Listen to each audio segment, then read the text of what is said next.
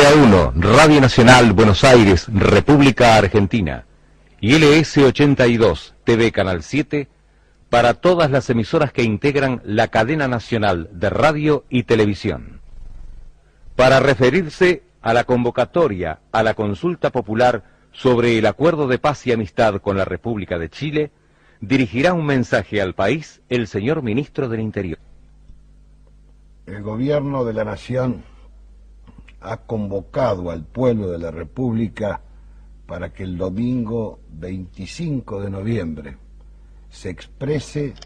sobre la viabilidad o la disconformidad sobre los términos del acuerdo a que se ha llegado en una larga y fatigosa negociación que con la mediación del Santo Padre ha llegado a feliz término en estos últimos días. El trámite electoral se regirá por el Código Nacional que ha venido rigiendo para las elecciones, es decir, votan no solamente los que ya lo hicieron el 30 de octubre de 1983, en las mismas condiciones, en los mismos lugares y en las mismas circunstancias que se hizo el 30 de octubre. Pero tratándose de una consulta en donde el gobierno quiere penetrar en la medida de lo posible con la mayor profundidad posible, hemos apoyado este procedimiento de la consulta sobre la base de dos parámetros fundamentales: la libertad individual, para que cada uno de los ciudadanos asuma la responsabilidad de la concurrencia, pero fundamentalmente también con la buena fe. Van a votar no solamente los que están en el padrón, sino todo ciudadano que teniendo 18 años de edad hayan logrado su documento o su instrumento cívico para hacer posible este acto de responsabilidad ciudadana. Votan en los mismos lugares que lo hicieron el 30 de octubre de 1983,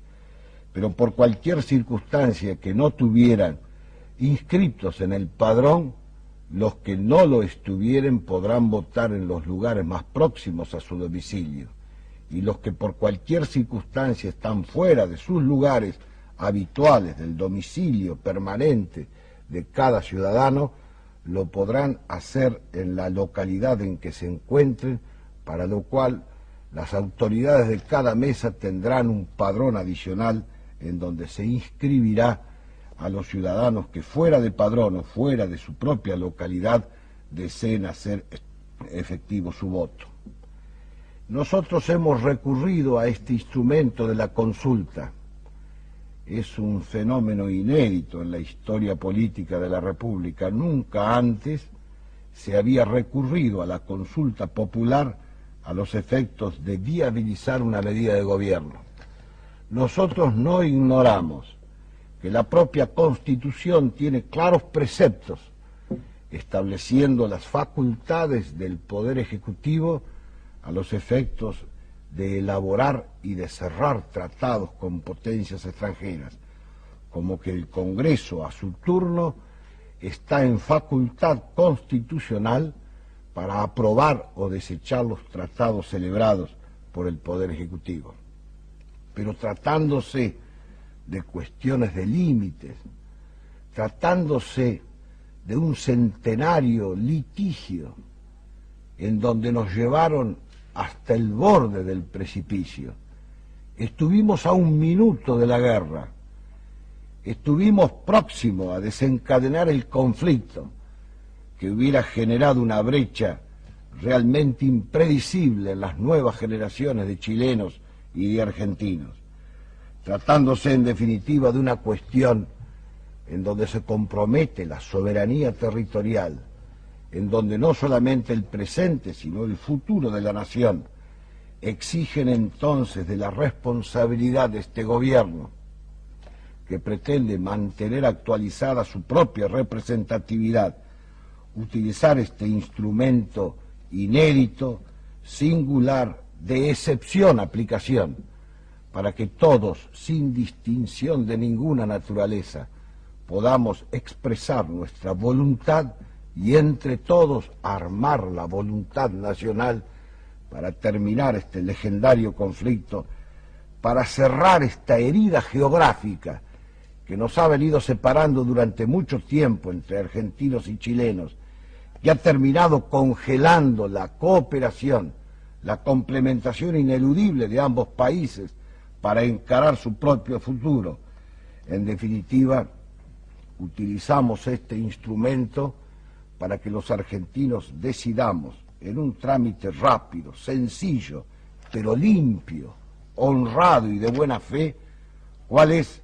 el estado de la opinión pública, aprobando o desechando hasta donde ha llegado el gobierno de la nación. Recurrimos entonces a este procedimiento porque estas cuestiones de relevancia notoria, de significación y de proyección en el futuro, exigen una evaluación de la propia ciudadanía. Pero también nos preocupa que en este legendario y centenario conflicto han pasado muchos gobiernos. Todos heredaron el conflicto y transfirieron los términos del conflicto. Nunca se pudo concretar una solución que esclareciera esta conflictiva etapa de la historia argentina. Y en definitiva, cuando una concepción mesiánica, cuando un criterio maximalista que pretendió solamente evaluar las razones propias, desconociendo las razones de la contraparte, actualizando reclamos y razones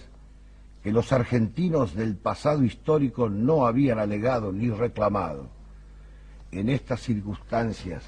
muchos dirigentes que han tenido responsabilidades notorias en el manejo de la cosa pública, como titulares de gobiernos del pasado, son los procuradores del no, enfatizando las razones para mantener congelado un conflicto que, repito, nos colocó a un minuto de la guerra, del conflicto definitivo. Y es en función de esta prédica, para evitar las confusiones, para que esto salga con toda la fuerza y con todo el vigor, para que la voluntad nacional se exprese con claridad, en forma contundente. Si queremos realmente abrir el horizonte de nuevas posibilidades, si queremos cerrar un conflicto que nos ata a un pasado desgraciado, durante 100 años se ha discutido el tema sin poder llegar a una solución, pero mientras tanto se han producido hechos, actos posesorios. Hay toda una cartografía, hay todo actos en donde el gobierno argentino en el pasado no supo, no pudo o no quiso, pero en definitiva no actualizó lo que pudo haber constituido el reclamo fundamental en el momento en que se hacía. Lo cierto y real es que llegamos a la hora de la verdad. Necesitamos ponerle punto final a esta cuestión, porque mientras se mantenga abierta la hipótesis de conflicto, mientras ambos países queden enredados en una cuestión limítrofe